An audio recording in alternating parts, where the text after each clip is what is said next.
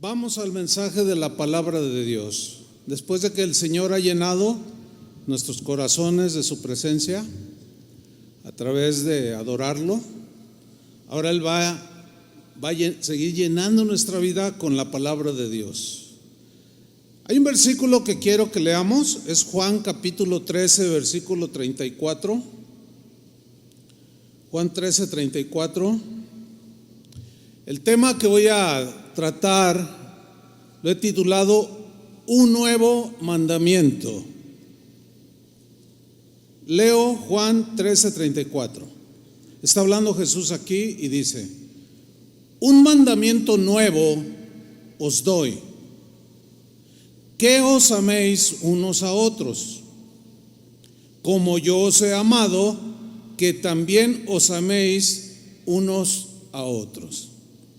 Bien, el domingo pasado, domingo 6 de febrero del 2022, el Señor nos enseñaba a través de las Escrituras sobre el primero y más grande mandamiento que Dios le dio al ser humano.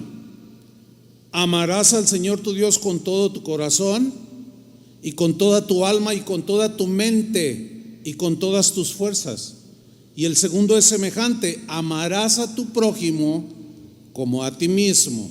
Marcos 12, 30 y 31. También el domingo pasado aprendimos que si alguno dice yo amo a Dios y aborrece a su hermano, es mentiroso. 1 Juan 4, 20.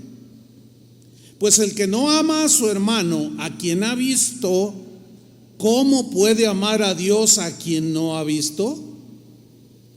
Y nosotros, dice Juan, nosotros aquí somos los cristianos, tenemos este mandamiento de Él: el que ama a Dios, ame también a su hermano. Bueno, aprendimos eso y más, como por ejemplo, ¿cuál es la medida real de nuestro amor a Jesús?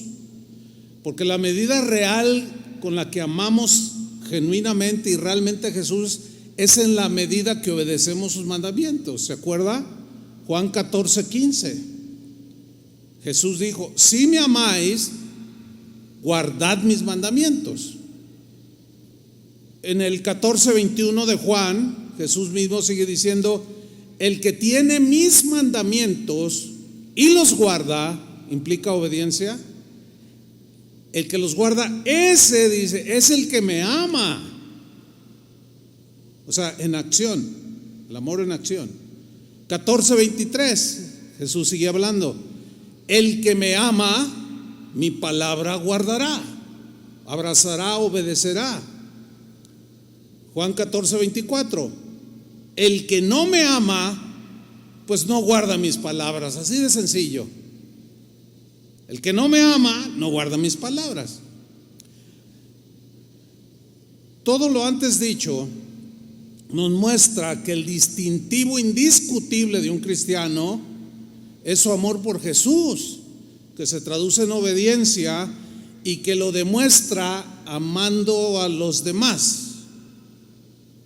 Ahora bien, vamos a ver algo muy importante que dijo Jesús, que elevó aún más el estándar del primer mandamiento de amar a Dios con todo nuestro ser y al prójimo como a nosotros mismos. Es un texto que nos habla de cómo Jesús elevó ese estándar del primer y más grande mandamiento, y es el texto que leímos al principio, Juan 13, 34. Jesús dice: un mandamiento nuevo os doy, que os améis unos a otros. Ahora, una observación importante: amar al prójimo no era un mandamiento nuevo, porque la ley en Levítico 19, 18 ya lo decía: amarás a tu prójimo como a ti mismo. Entonces, por lógica viene una pregunta: ¿en qué consistía ese nuevo mandamiento que Jesús está diciendo que no, en realidad no era tan nuevo, sino en qué consistía? La respuesta es la siguiente: Lo nuevo consistía en una nueva manera, un estándar más alto de amar al prójimo. La pregunta lógica se deduce otra vez.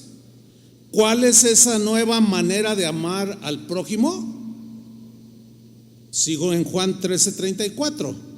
Un mandamiento nuevo os doy, que os améis unos a otros. Y aquí viene lo nuevo. Como yo os he amado. Ahí es donde, en eso consiste el mandamiento nuevo. Como yo os he amado, que también os améis unos a otros. Ahora, se deduce otra pregunta lógica. ¿Y cómo amó Jesús? Para que Él nos haya dicho, les estoy dando un nuevo mandamiento, nuevo. ¿En qué consiste ese nuevo mandamiento o lo nuevo? Como yo os he amado. ¿Cómo amó Jesús? Amó a todos hasta la muerte. Ahí está. Romanos 5:8. Dice Pablo aquí en este texto: mas Dios el Padre, muestra su amor en una acción tangible, muestra su amor para con nosotros. Nosotros aquí somos todos los seres humanos pecadores. Dios muestra su amor para con nosotros en que, siendo aún pecadores, o a pesar de que éramos pecadores de lo más vil, Cristo murió por nosotros. Ahí se ve la demostración del amor de Dios por los pecadores, que somos todos los seres humanos. Ahora bien, vamos a ver un texto que nos va a ayudar a entender más la enseñanza de Jesús sobre este mandamiento nuevo. Juan 15, versículo 13. Dice Jesús: nadie, absolutamente nadie, tiene mayor amor que este, que uno ponga su vida por sus amigos. Ahí está, que uno ponga su vida por sus amigos. Y aquí en el original también tiene la idea de gente cercana, no tan cercana, mediamente cercana, o cualquier ser humano que te encuentres en tu vida. Si viajas a China y los que te encuentres, nadie tiene mayor amor que este, que uno ponga su vida. Ese es el ingrediente del mandamiento nuevo, dar la vida. Lo nuevo de este mandamiento era amar como Jesús amó. Eso es lo nuevo de este mandamiento. Amó al extremo de dar su vida por todos nosotros. Lo nuevo del mandamiento entonces es amar como Jesús amó, buscando el bien de los demás y no el nuestro. Ya el egoísmo tiene que ir desapareciendo en esa nueva persona que el Señor ha hecho de nosotros. Por ejemplo, en Filipenses 2, versículo 3, en la versión en lenguaje actual, el apóstol Pablo aquí plasma ese mismo pensamiento que va en esa línea del nuevo mandamiento, de amar poniendo la vida por los demás, donde se nota, por el ejemplo de Jesús, una ausencia de egoísmo, de venganza, de rencor, etc. Vamos a leer Filipenses 2, versículo 3. Dice aquí: no hagan nada por orgullo o por pelear. No hagan nada que tenga que ver cuya motivación sea el orgullo. No, así no lo hagan, porque el orgullo pisotea a los demás, los rebaja, lo menosprecia. El mundo en el que vivimos se rige por distintas maneras de pensar. Una de ellas es: demuéstrale quién eres, le voy a demostrar quién soy. Tú no tienes que demostrar a nadie que eres una persona vengativa, una persona rencorosa, no. Lo que vas a demostrar más bien tú a todos es que eres cristiano. Eso es lo que hay que demostrar. Entonces Pablo dice, no haga nada por orgullo o solo por pelear, dice en esta versión. Como constantemente hemos estado citando, cómo las redes sociales están llenas de peleas entre cristianos, a ver quién gana el debate teológico, que la gran mayoría de esos pleitos tiene que ver con doctrinas no fundamentales. O sea, un cristiano con una, digamos, denominación distinta a otro, nunca van a discutir y a pelearse y a disgustarse si Cristo es Dios o no. Ambos creen en que Jesús es Dios, ¿sí? Sino que se pelean por cosas tan simples. Dice Pablo, no, así no, porque así no fue Jesús. Así no amó Jesús. Entonces ustedes no hagan nada por orgullo, solo por pelear, no. Al contrario, dice, hagan todo con humildad y vean a los demás como mejores a ustedes mismos. Este pensamiento que estamos leyendo, que viene de inspiración del Espíritu Santo, no cuadra con lo que piensa la gente que no conoce a Dios. No, ellos, ¿cómo? No, yo quiero ser superior a Él. Yo soy superior a Él. Y todo mundo se prepara, lee, estudia, qué sé yo, para querer ser el mejor de la empresa, el mejor estudiante, el mejor. Pero el pensamiento de Dios es, miren, sean humildes, porque el que ve con orgullo a los demás, pues lo menosprecia, lo ningunea, lo rebaja. Pero el que es humilde, pues respeta. Entonces dice, no, ustedes vean a los demás como mejores a ustedes mismos. Versículo 4, nadie busca el bien solo para sí mismo. O sea, en esta nueva vida con Cristo, el egoísmo tiene que ir desapareciendo, porque el ser humano que no conoce a Dios, o aún gente que conoce a Dios, somos egoístas por naturaleza y buscamos nada más nuestro propio bien. Pero aquí Pablo dice que no busque el bien solo para sí mismo, sino para todos. Esa es una manera distinta de vivir. Ahora, fíjense en el versículo 5, por favor, lo que dice Pablo: tengan la misma manera de pensar que tuvo Jesucristo. En la Reina Valera dice: haya en vosotros el mismo sentir que hubo en Cristo Jesús. ¿Cuál fue ese sentir en Cristo Jesús? Que dice el versículo 6, que aunque Cristo siempre fue igual a Dios, no insistió en esa igualdad con el Padre. No, al contrario, renunció a esa igualdad y se hizo igual a nosotros, como cualquier ser humano, haciéndose esclavo, siervo, servidor de todos. Y como hombre se humilló a sí mismo y obedeció a Dios hasta la muerte, y murió clavado en una cruz. ¿Cuál era el sentir que había en Cristo Jesús? Servir por amor. Y el nivel de amor que Jesús tuvo llegó al grado de ofrecer su vida por todos nosotros.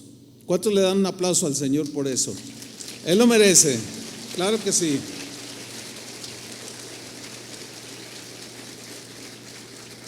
Ahora bien, a través de la historia del cristianismo, desde los primeros siglos, se ve en la Biblia, y la historia de la iglesia muestra que hubo muchos cristianos que amaron a Cristo y a sus semejantes, a sus hermanos, dando literalmente la vida.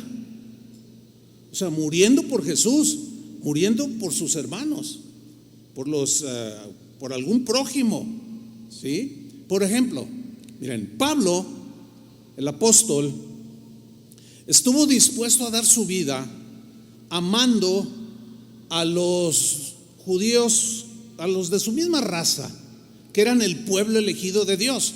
Pero estos habían rechazado a Jesús, y todo el que rechaza a Jesús ya no tiene oportunidad de salvación.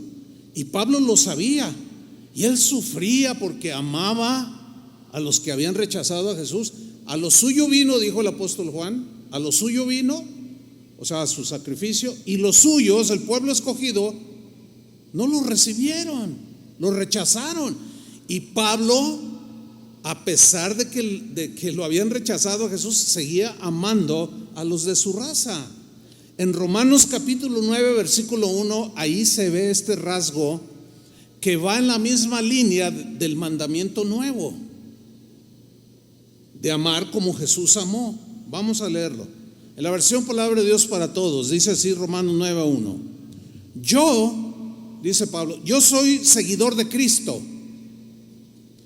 El Espíritu Santo guía mi conciencia y me dice que no estoy mintiendo, digo la verdad. Tengo una gran tristeza, dijo, y llevo siempre un gran dolor en el corazón. Espero que pueda ayudar a mis compatriotas, que son mi propia raza. Y fíjense al nivel que va en la línea del mandamiento nuevo. Incluso, dijo Pablo, incluso estaría dispuesto a recibir una maldición y correr el riesgo de ser separado de Cristo si eso sirviera para ayudarlos, pues a que ellos fueran salvos. Vemos a un apóstol amando como Jesús amó. Él entendió perfectamente el mandamiento nuevo. Otros cristianos quizás no lleguen o lleguemos a entregar nuestra vida así como mártires de Jesús o en favor de otra persona, pero también a través de la historia ha habido muchos cristianos dando su vida, amando como Cristo de diferente manera, algunos dando generosamente, otros gastando sus vidas, sirviendo a los demás. Otro ejemplo en el mismo Pablo, en este punto. Pablo amó a los corintios no con un amor que se quedaba en el aire, no, sino lo demostró, aunque ellos eran difíciles de ser amados porque eran muy especiales los corintios. Sin embargo, Pablo amó a los corintios y para llegar a ellos tenía que hacer viajes muy costosos. Y lo que hizo Pablo fue gastar de sus propios recursos y aún él mismo desgastarse en su cuerpo. Porque los viajes son, si hoy en la actualidad viajando en avión son muy cansados, imagínense travesías en barco de un mes o 2 meses, aquello ha de haber sido terrible, ¿no? Bueno, Pablo amó como Cristo amó. Otros alrededor del mundo, en las iglesias cristianas, hay muchos cristianos que están dando su vida, amando como Cristo, dando de sus recursos, pero dando también de su tiempo.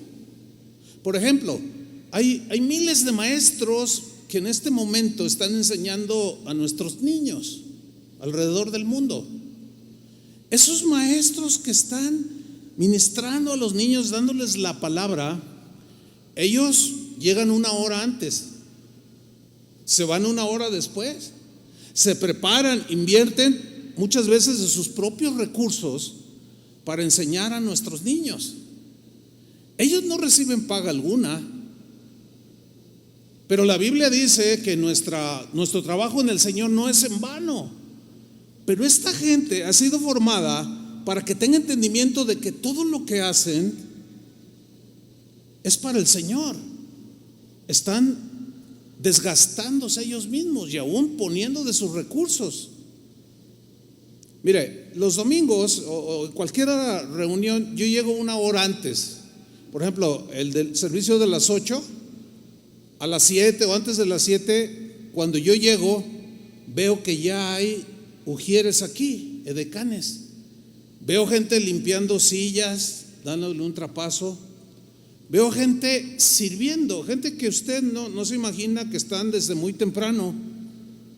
Esa gente invirtió, se desgastó para levantarse mucho más temprano que usted, dando de su vida por ustedes. Son cosas que no nos damos cuenta, pero que debemos de valorar. Créamelo, Dios lo sabe. Yo tengo muchísimo respeto por todos esos hermanos.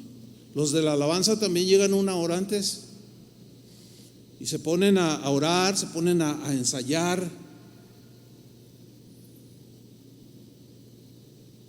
¿Qué estamos haciendo nosotros como demostración de que amamos a Jesús? ¿Estamos dando qué parte de nuestra vida? Esta es una buena pregunta. Ahora, volviendo un poco a los corintios, porque hay un elemento aquí que quiero subrayar. Los corintios, entre otras cosas, ellos no entendían que la obra de Dios se sostenía con las ofrendas de ellos mismos, de los mismos cristianos. Y cuando Pablo los visitaba, ellos por alguna razón no aportaban para los costosos viajes del apóstol Pablo. Sin embargo, aunque ellos no eran empáticos en este sentido, no entendían, a Pablo no le importaba y los amaba así como Cristo los amaba, a pesar de ser tan mezquinos. Y miren lo que dice 2 de Corintios capítulo 12 versículo 5. Miren lo que dice.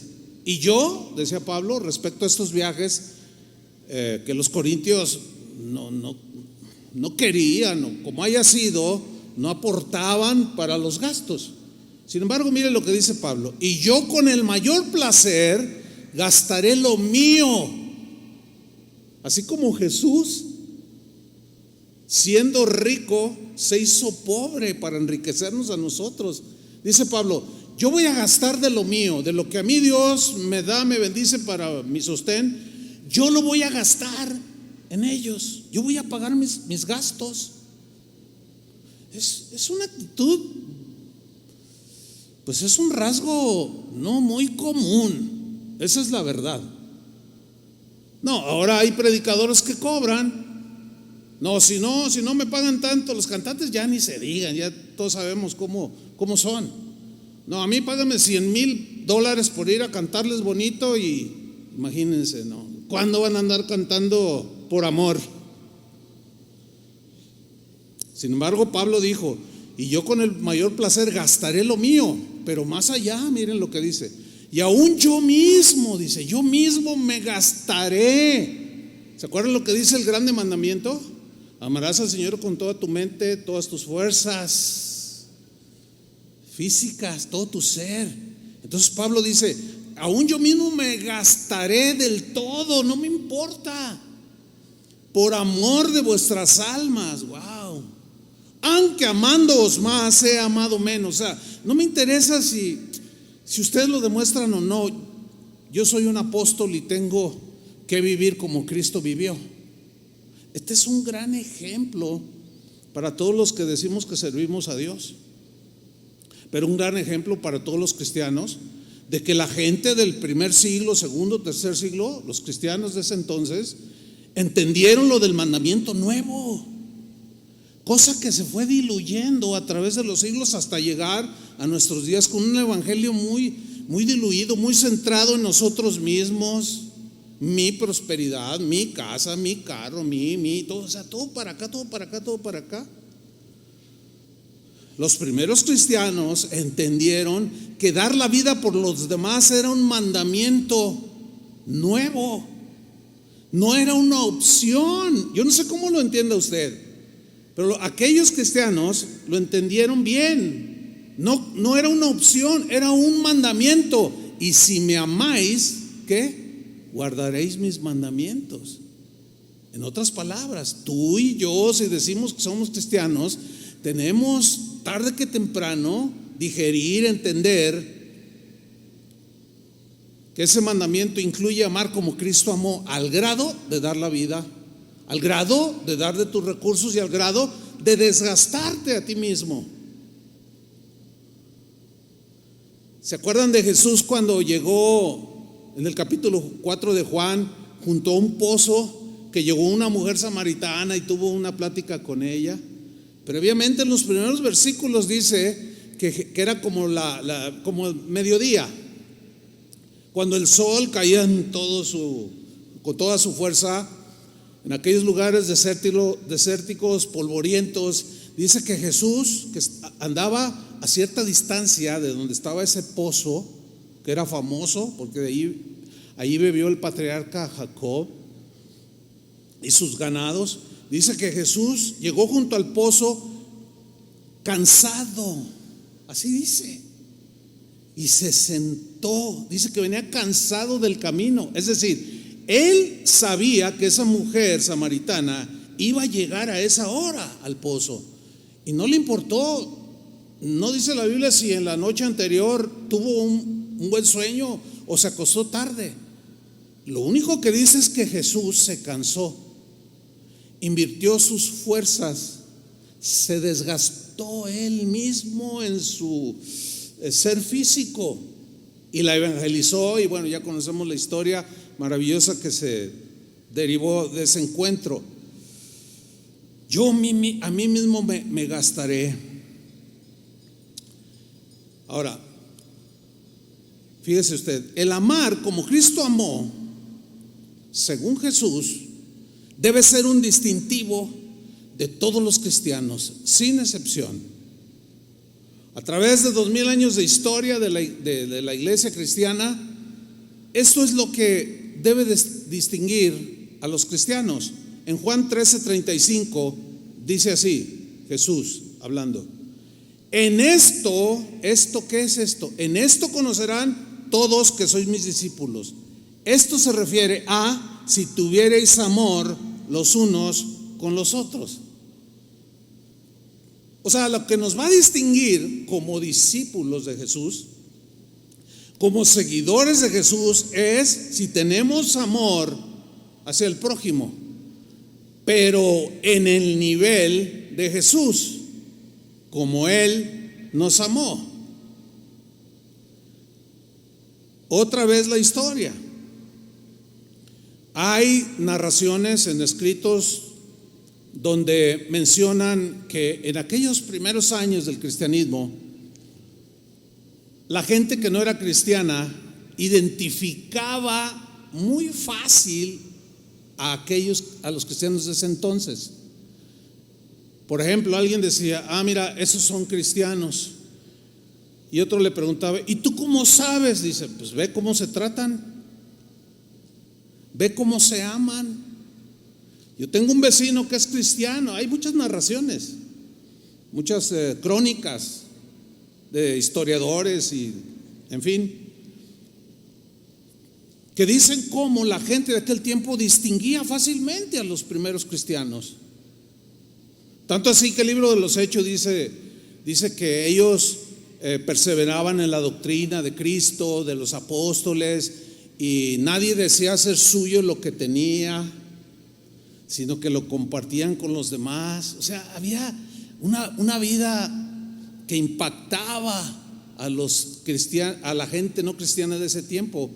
Se dice que Jerusalén en los tiempos de Jesús y posteriores tenía más o menos una población como de 120,000 habitantes. Eso dicen algunos historiadores. Y también ellos dicen, cristianos y no cristianos, aseguran que los cristianos llegaron a ser la mitad de esos 120,000. Pero ¿saben qué era lo que le impactaba a aquella gente? El trato que tenía un cristiano hacia su semejante. Eso era lo que los distinguía. En esto conocerán todos que sois mis discípulos, si tuviereis amor los unos por los otros. Entonces, dar la vida por los demás es la demostración de un amor que está por encima de lo normal, que va más allá de lo humano. Amar de esa manera es tan sublime, hermanos, que solo Cristo dentro de una persona puede dar esa capacidad de amar. En una ocasión Jesús desengañó a algunos que creían amar a su prójimo, o sea, judíos de su propio pueblo, pero Él los desengañó y les demostró que en realidad no amaban a su semejante. Fíjense lo que Jesús dijo en Lucas 6:32. Dijo lo siguiente: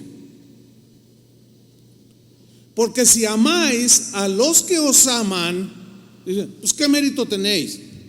O sea, ¿cuál es el chiste? Diría yo. Pues amas a los que te aman, pues sí. Pero ¿y a los que no te aman qué? Entonces Jesús dice, porque si amáis a los que os aman, ¿qué mérito tenéis? Pues ninguno. Y luego dice, porque también los pecadores aman a los que los aman. ¿O no es cierto? ¿Verdad que sí? Así de sencillo. Entonces los que estaban escuchando la enseñanza de Jesús, así como que les incomodaba, ¿verdad? Se sentían incómodos porque estaba evidenciando el corazón de ellos, que se creían muy amadores del prójimo, porque iban a la sinagoga y oían a los maestros de la ley. Y continúa Jesús en el versículo 33: y si hacéis bien a los que os hacen bien, ¿qué mérito tenéis? ¿Cuál es el chiste? Porque también los pecadores hacen lo mismo. Mira, una persona que es mala, es grosera, es hasta pervertida, qué sé yo, puede ser de lo peor. Si alguien le hace un favor, él puede corresponder. ¿A poco no? Dice, bueno, escúchenme bien, si ustedes hacen el bien a los que les hacen bien, pues ¿cuál es el mérito? También los pecadores hacen lo mismo. Y si prestáis a aquellos de quienes esperáis recibir, pues ¿qué mérito hay? Ninguno, dice. Porque también los pecadores prestan a los pecadores para recibir otro tanto. No, dice Jesús, esto va a ser distinto para ustedes. Versículo 35: amad pues a vuestros enemigos y haced bien. Pero el hacer bien no solo al que te hace bien, sino al que te hace el mal. Amar no solo a los que te aman, sino amar como amó Cristo, amando aún hasta sus enemigos. A veces no hay nadie que diga, como decíamos el domingo pasado, que dicen, ay, qué difícil es ser cristiano, ay, qué difícil es obedecer. Bueno, nos es difícil, voy a repetirlo, porque nos falta amar a Dios con todo nuestro corazón. Porque Juan dijo, y sus mandamientos no son difíciles, dijo. Jesús mismo mencionó algo, dijo, aprendan de mí que soy manso y humilde. Llevad mi yugo, su yugo era su enseñanza sobre vosotros, porque mi yugo es fácil, dice. Es fácil para el que me ama con todo su corazón y con todas sus fuerzas. Pero es muy difícil para el que no lo ama en ese nivel, o que está aprendiendo a amar a Jesús y a los demás, y batallan. Entonces Jesús dice, no, amad a vuestros enemigos, haced bien y prestad, no esperando de ello nada, y será vuestro galardón grande. O sea, hay una recompensa por amar como Jesús. Y luego añade algo tremendo: y seréis hijos del Altísimo, hijos de Dios el Padre, porque Él es benigno para con los ingratos y malos. Este nuevo mandamiento incluía una manera totalmente distinta de vivir. Nada parecido, nadie nunca había enseñado, ni ha enseñado, ni enseñará como Jesús enseñó. Nadie amará como Jesús amó. Incluye esta manera nueva de vivir. ¿Se acuerdan la parábola del samaritano que vimos hace 8 días? Donde aparece un hombre que iba en un viaje, luego aparece un grupo, los ladrones, luego aparecieron otro par que eran un sacerdote y un levita, y luego aparece un samaritano. Bueno, ahí va de camino este viajero, y de pronto aparecen lo que Jesús dijo que eran unos ladrones, cuya filosofía de vida se traducía en sus acciones. Su filosofía era: lo tuyo es mío. Qué manera tan más desafortunada de vivir, ¿no lo creen? Despojando, quitando, fraudeando, robando, asaltando a los demás. Qué manera tan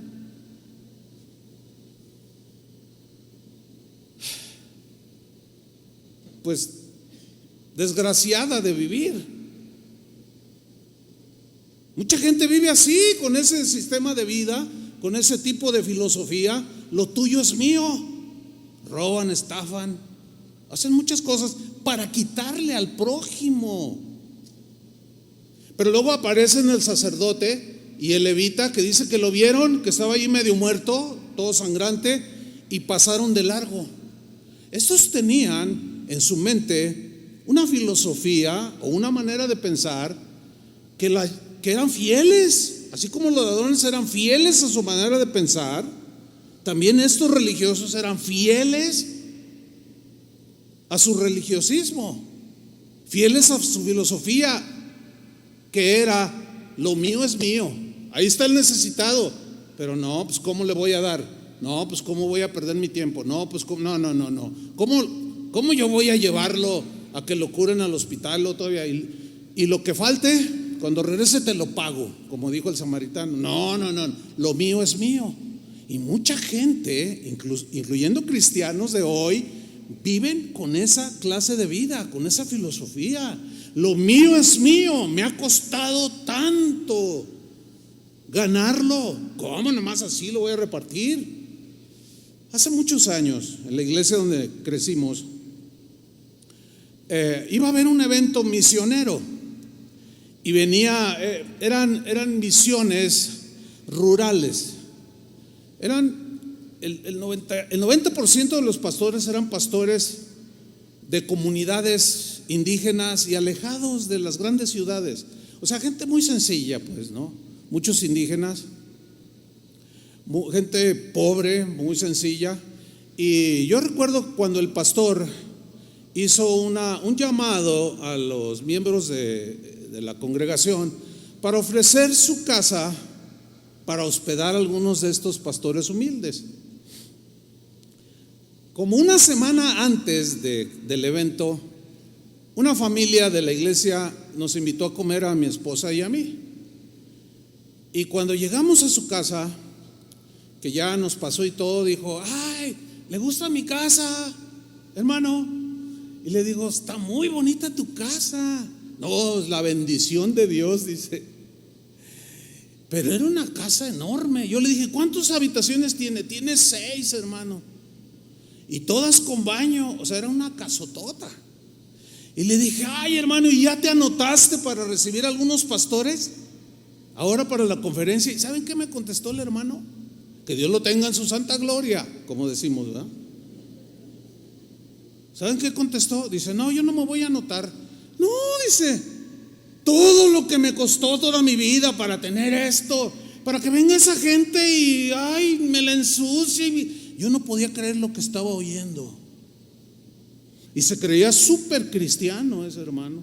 Yo le dije: ¿sabes una cosa, hermano? Algo anda mal en tu corazón. No, ahora sí que como esto, lo mío es mío. Qué manera tan miserable de vivir. No vivan así, cristianos.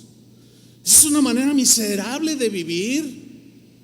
Lo mío es mío y ya, y háganle como quieran. No, eso no es para un cristiano fiel.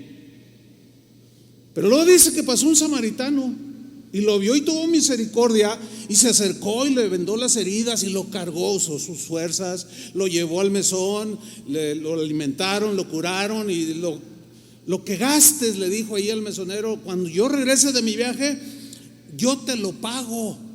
Ese vivía como Cristo vivió. Ese tenía una manera de pensar como la de Cristo. Lo mío es tuyo. Qué diferente manera de vivir. Cada uno de nosotros escoge una de esas 3 maneras de vivir. Lo tuyo es mío, lo mío es mío o lo tuyo es mío. Porque primero, en relación con Dios, todo lo que tengo, todo lo que soy o llegue a ser, todo es por tu gracia, todo es tuyo. Como dijo Salomón: de lo recibido de tu mano te damos. David, creo que fue David, Salomón, eran familiares, a fin de cuentas es lo mismo. De lo recibido de tu mano te damos, Señor. O sea, él reconocía que había recibido, pero luego dio ese texto. El contexto es para la construcción del templo de Dios.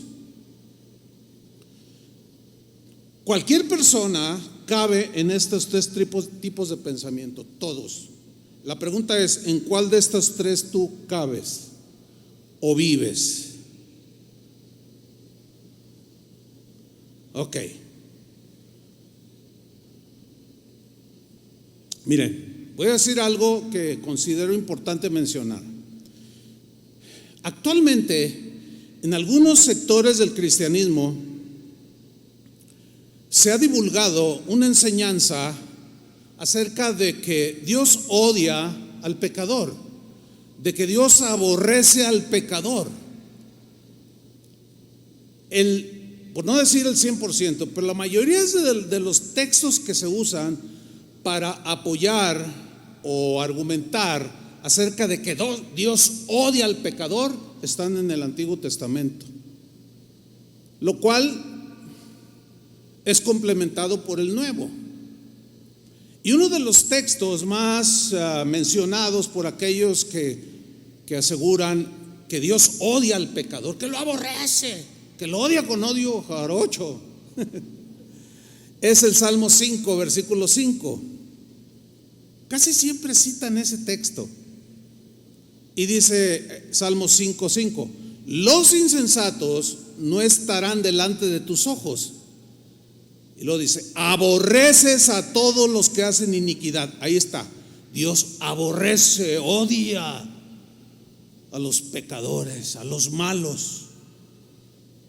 Bueno, si nos quedamos ahí en ese texto y no vemos los contextos tanto del Salmo o de las citas que podamos mencionar, y aún el contexto de la enseñanza general, de lo que enseña toda la Biblia al respecto, pues nos vamos a quedar con que efectivamente Dios aborrece y odia a los pecadores.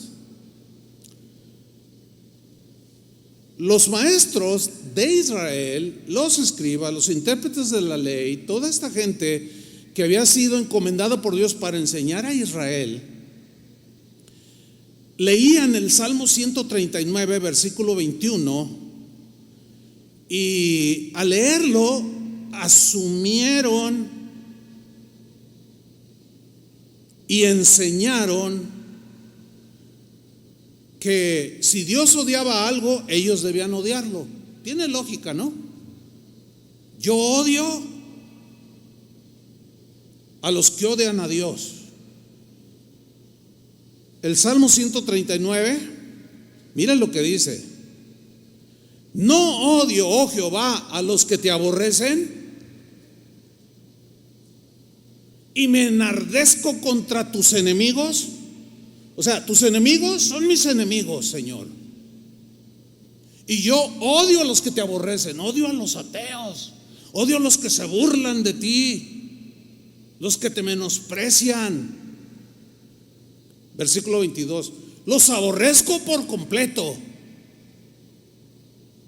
y con todas mis fuerzas, con todo mi corazón, con todo, y hasta me desgasto. Dice: los tengo por enemigos, tus enemigos son mis enemigos. Entonces, tiene lógica decir: lo que Dios odia, yo también lo voy a odiar. Ahora, los maestros de Israel llegaron a una conclusión equivocada acerca de este punto y distorsionaron el carácter de Dios, porque en el Nuevo Testamento Jesús dijo en Mateo 5:43, fíjense lo que dijo, pongan mucha atención. Dijo: oísteis que fue dicho. Ese oísteis que fue dicho era en la sinagoga, lo que enseñaban los maestros de la ley. Jesús le dice: oísteis o fuisteis enseñados y escucharon esto: amarás a tu prójimo, que era Levítico. Dice: y aborrecerás a tu enemigo. ¿Saben que esa última frase, y aborrecerás a tu enemigo, no está en la Biblia? No estaba en la ley. Ellos añadieron esa última frase como una lógica de pensamiento que decía: no odio, oh Jehová, a los que te aborrecen, no me enardezco contra tus enemigos, los aborrezco por completo, los tengo por enemigos. Entonces los maestros leían esto y decían, no, pues yo odio a los que odian a Dios. Entonces los maestros, como algunos cristianos de hoy, miren, hace años, aquí un paréntesis, por la razón que haya sido, falta de estudio, de aplicación, yo conciliaba en buena medida con este pensamiento de que Dios odia a los pecadores. Pero al paso del tiempo, en ese constante escudriñar las Escrituras, me di cuenta que mi concepto estaba equivocado. Y me puse a estudiarlo. Tengo hasta una enseñanza completa que nunca la he enseñado como tal. Aquí la menciono porque creo que es pertinente. Entonces cierro el paréntesis. O sea, en otras palabras, reconocer que estábamos equivocados es bueno, ¿sí o no? Hay un dicho que dice que es de sabios reconocer. Pero viene a mi mente el caso de Apolos, que era un gran predicador, que se le acercó un matrimonio, Priscila y Aquila, y lo oían hablar la palabra de Dios, pero se le acercaron y le dijeron, oye, ¿recibiste el bautismo? Pues sí, el de Juan. No, pero el bautismo en el nombre de… Le dan toda una explicación y lo corrigen a Apolos. Era un hombre de Dios, sin embargo, pues como a todos, no todos sabemos todo, eso hay que entenderlo. Entonces cierro ahí el paréntesis, porque miren lo que dijo Jesús. Ustedes escucharon los mensajes de los maestros de la ley que les enseñaban. Amarás a tu prójimo, pero puedes aborrecer a tu enemigo. Eso había sido añadido. Lo mismo que el día de hoy. El concepto de que Dios odia al pecador, o sea, si nos quedamos ahí, pues sí, pero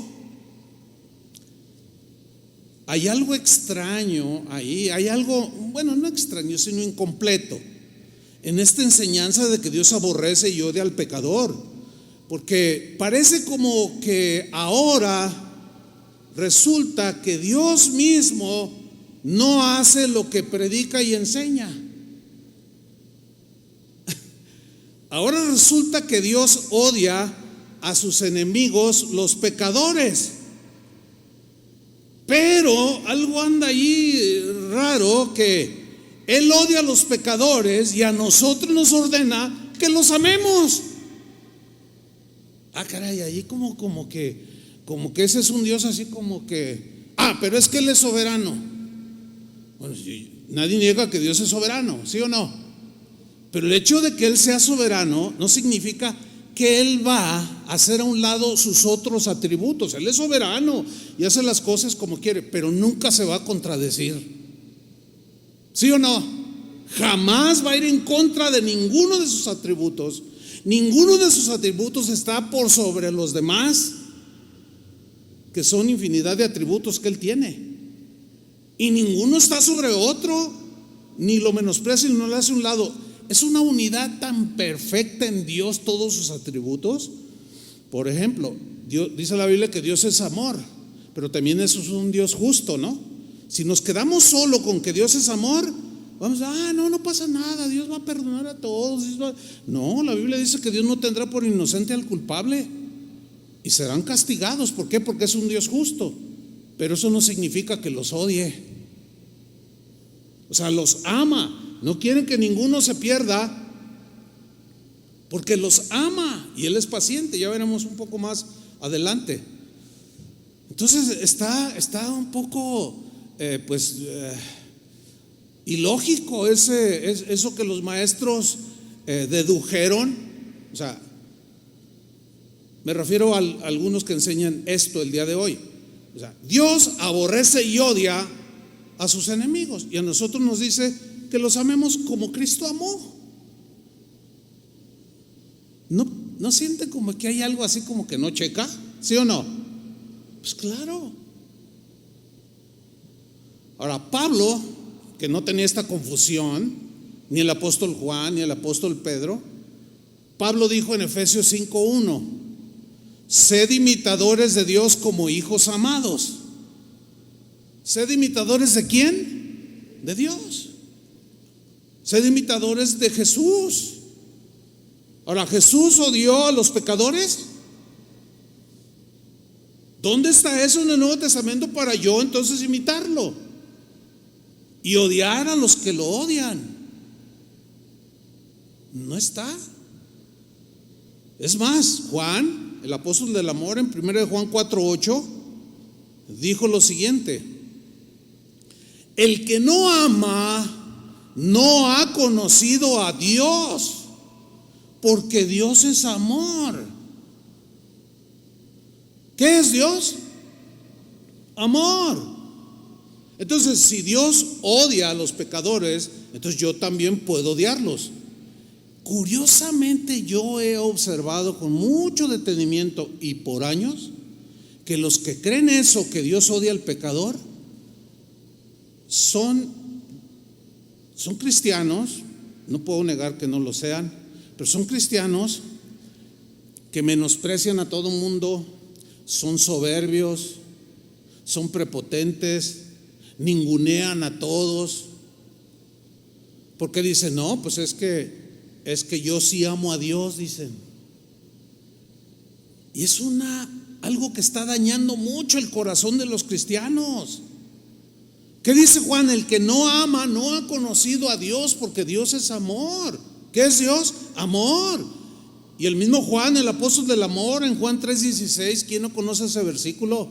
Porque de tal manera amó Dios al mundo. Aquí no es el globo terráqueo, sino los que viven en el globo terráqueo, incluye a todos los seres humanos.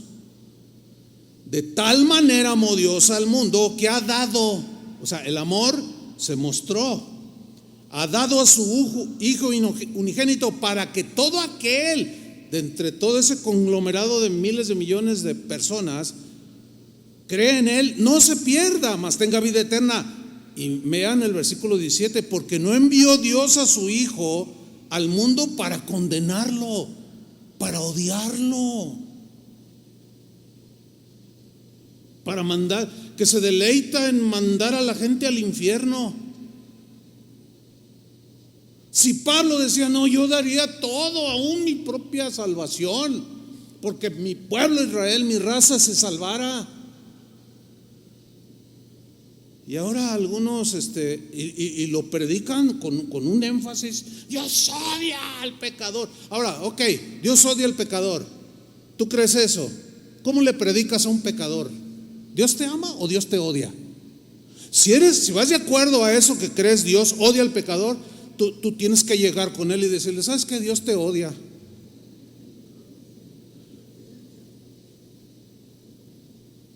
¿Te puedes imaginar los que llegaron contigo bueno, ¿cómo te compartieron? ¿Qué te dijeron acerca de Dios en relación contigo, a pesar de que eres un pecador? Que te amaba, ¿sí o no? Entonces, si alguien dice que Dios odia al pecador, debe ser congruente con su predicación, lo que cree. ¿Sabes qué? Dios te odia, te aborrece, pecador inmundo. Pues imagínate ¿qué evangelio es ese? Nada que ver. Porque no envió Dios a su Hijo al mundo para condenar al mundo, sino para que el mundo sea salvo por él. Pedro también lo entendió así, el mandamiento nuevo. ¿Por qué los cristianos de hoy no entendemos ese ingrediente del mandamiento nuevo? Y aún se atreven a decir que Dios odia y luego por otro lado nos ordena a nosotros que los amemos. Eso está muy confuso. Pero Pedro dijo en 2 de Pedro 3, versículo 7 lo siguiente: y ahora, dice, por esa misma palabra, el cielo y la tierra están guardados para el fuego. O sea, ya la consumación de los siglos, el juicio final, todo será destruido, vienen cielos nuevos, nueva tierra, etc. Y luego añade: reservados para el día del juicio. Y subrayo la frase última: y la destrucción ¿de quién? De los impíos. es que Dios los odia y los va a destruir, se lo merecen. Si nos quedamos ahí, eso aparenta ser. Dios va a destruir a los impíos porque los aborrece. Pero si seguimos leyendo, se nos aclara. Dice el versículo 8: pero no olvidéis, pero no se olviden, momento, si Dios va a destruir a los impíos, sí, porque en realidad Él odia lo que hacen, odia que roben, odia que maten, odia, las acciones son las que odia. Y las acciones las hacen las personas, y Dios manda al infierno no los pecados, sino la persona que comete los pecados. Dios odia las acciones, pero ama al ser humano, o en otras palabras, ama a los pecadores. Pablo decía: yo era el primero de todos y me amó. Pero no olvidéis, queridos hermanos,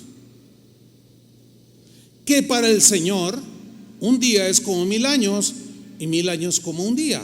Esto habla de la paciencia del Señor, que se espera por años y siglos, porque ama a las personas y no quiere que el impío perezca. Lo ama a Él, pero aborrece sus acciones. Ese es el sentido de que Dios aborrece. Versículo 9: el Señor no tarda en cumplir su promesa, según entienden algunos la tardanza. Más bien, Él tiene paciencia con vosotros. Vosotros se refiere a todos los pecadores, incluye a todos. Es paciente para con los humanos, para los pecadores, porque no quiere que nadie, ¿qué? Él no quiere la muerte del impío. Él no quiere que el adúltero se muera en su pecado. Él no quiere que el ladrón se muera en su pecado. Él no quiere que el narcotraficante se muera en su desastre moral. Él no quiere la condenación eterna para nadie. El infierno no fue creado para los seres humanos, fue creado para Satanás y sus ángeles. Es clara la enseñanza en el Evangelio acerca de eso. Porque no quiere que nadie perezca, sino que todos se arrepientan. Dios quiere que ¿qué? Que todos se arrepientan. Ahora la pregunta es: ¿todos se arrepienten? La respuesta es no. ¿Por qué? Porque no les da la gana, porque lo rechazan, porque no creen en Él, porque lo menosprecian. La salvación es para todos, pero no todos la claman, la invocan. Y aún así Dios sigue amando a la humanidad. Termino con esto. Mire, el nuevo mandamiento que Jesús les dijo a sus discípulos incluía algo totalmente distinto, algo podemos decir hasta pues alborotador para la gente de aquel tiempo y también para gente de hoy, algo revolucionario, porque incluía que sus discípulos amaran a sus enemigos. No hay otra enseñanza ni religión que enseñe eso, así como Jesús lo enseñó. Y no solo que lo enseñe, que lo viva. Ahora voy a leer Mateo capítulo 5, versículo 43, en la versión en lenguaje actual. Mateo 5, 43. Vamos a leer un poco más del contexto y vamos a entender un poquito más. Miren cómo traduce Mateo 5, 43. Esta, o sea, de amar al prójimo, es otra orden que dio Moisés hace muchísimo tiempo. Amen a su prójimo y odien a su enemigo. Pero aquí también, aunque Jesús dice que esta orden dio Moisés, en realidad eso no estaba en la ley. Ya de antaños, siglos atrás, la habían añadido. Esa frase.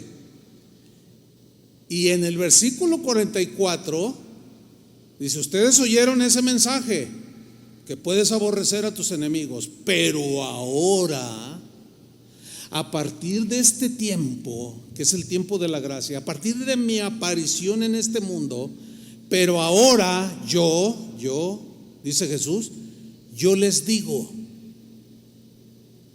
Ahora el Dios encarnado vino y habitó entre nosotros, y dice Juan, vimos su gloria y vimos su grandeza y escuchamos del mismo Dios creador de su boca la enseñanza para nosotros hoy.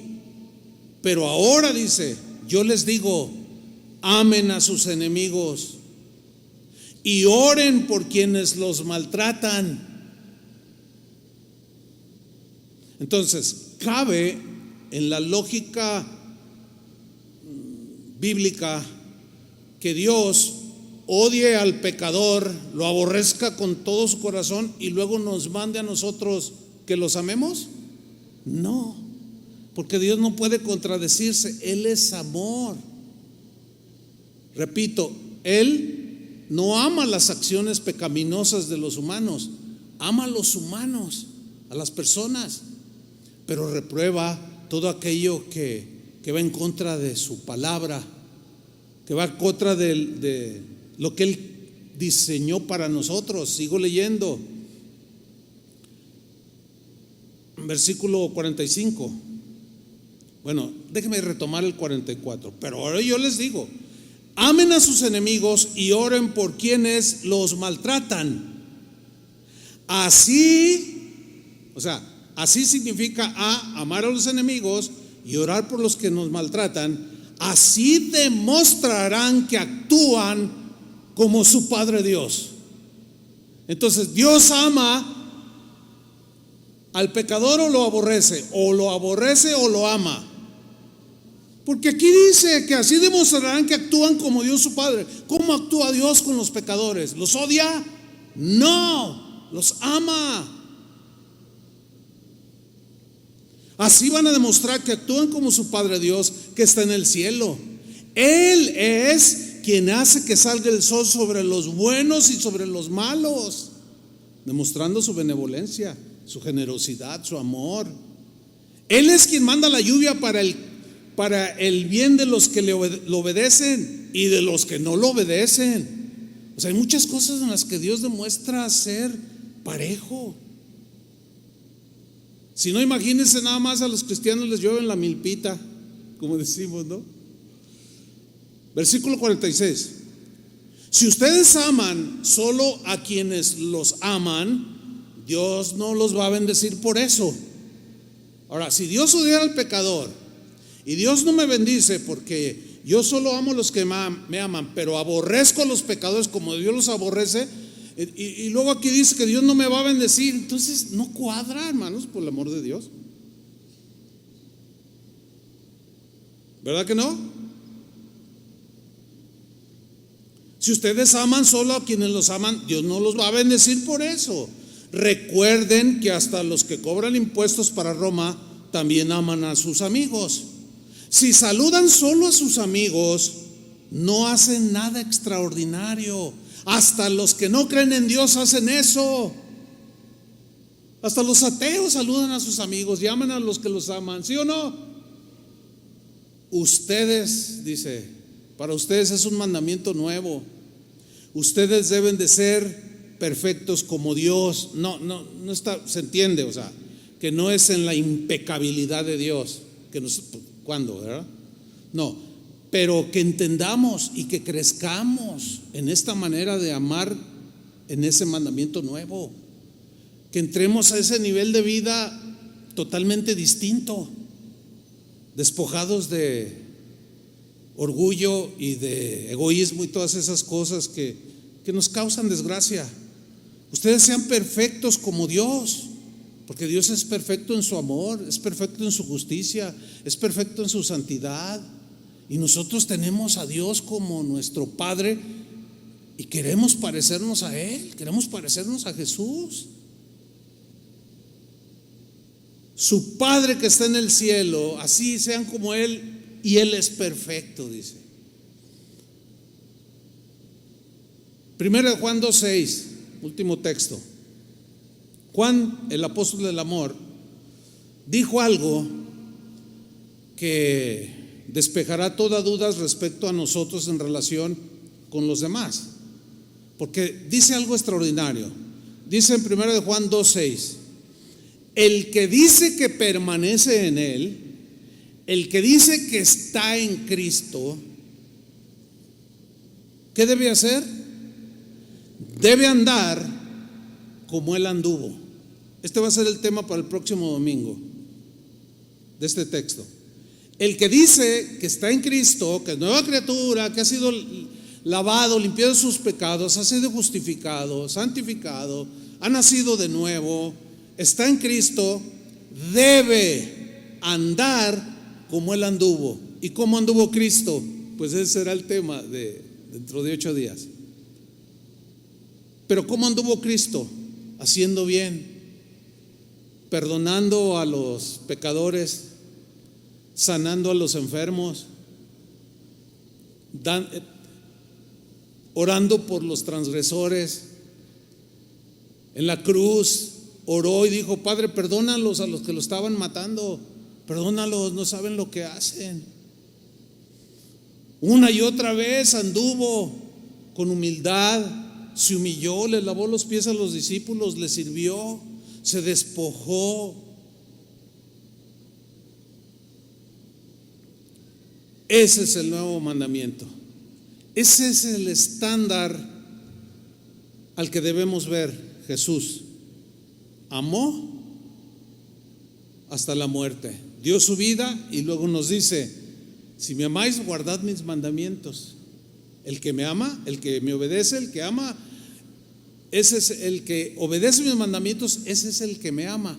Y este mandamiento nuevo nos da un estándar todavía más alto.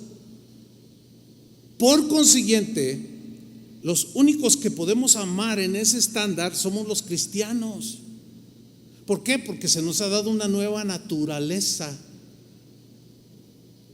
capaz de amar como Cristo amó, que es la meta de todo cristiano, ser como Cristo. ¿Cuántos quieren ser como Cristo? Yo quiero ser como Cristo.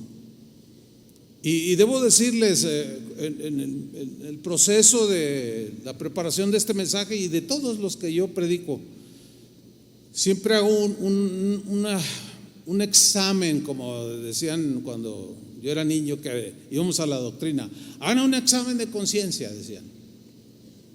Y yo me examino, y yo debo reconocer que cuando Dios me estaba hablando de este tema, yo podía ver pues que Dios me estaba evidenciando, y yo reconocí y reconozco pues que no he llegado a la meta, pero yo quiero llegar.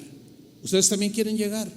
Yo los animo a que juntos amemos a Jesús con todo nuestro ser, con todas nuestras fuerzas, pero a nuestro prójimo como a nosotros mismos. Pero luego entra el nuevo mandamiento: ¿hasta dónde debo amar a mi prójimo? Aún no hay mayor amor que este, que alguien dé su vida por los demás. Ese es el gran mandamiento con el ingrediente nuevo. Y yo reconozco que me falta, pero yo no me doy por vencido.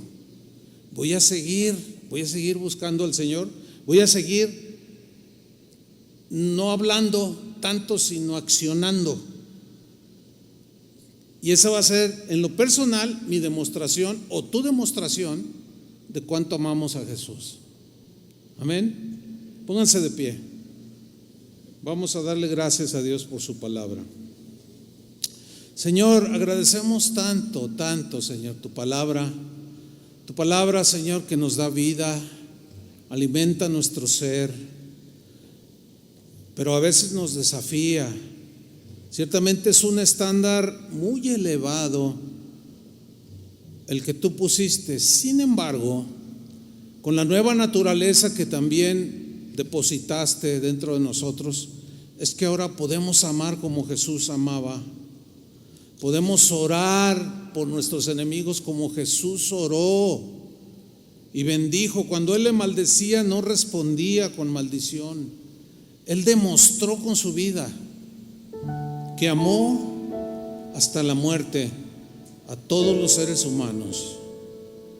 Pero no todos lo amaron a Él, no todos lo aman, no todos le obedecieron, no todos obedecen.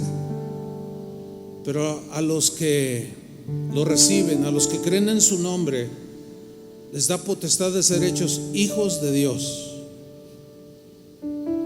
porque han creído el mensaje del Evangelio, que Cristo vino al mundo para salvar a los pecadores, y que al creer en ese sacrificio se hace efectivo esa limpieza. Es algo real, es espiritual. Viene el arrepentimiento, viene la regeneración, nacemos como nuevas criaturas para vivir una vida diferente. Somos declarados justos delante de Dios el Padre e iniciamos una nueva vida. Una vida donde lo tuyo es mío debe desaparecer. Aún lo mío es mío debe desaparecer, para decir: Señor, yo soy tuyo, como dijo el rey cuando oró hacia ti, Señor, contigo. Yo soy tuyo y todo lo que tengo, todo lo que soy. Gracias, Señor. Enséñanos cada día a amar como Cristo amó. Dile al Señor: yo quiero ser como tú, Señor. Ayúdame, dame tu gracia. Levanta tus manos al cielo y dile: Señor, aquí estoy. Si en verdad eres sincero, díselo al Señor. Y el Espíritu Santo derramará día tras día su gracia para ser como Cristo.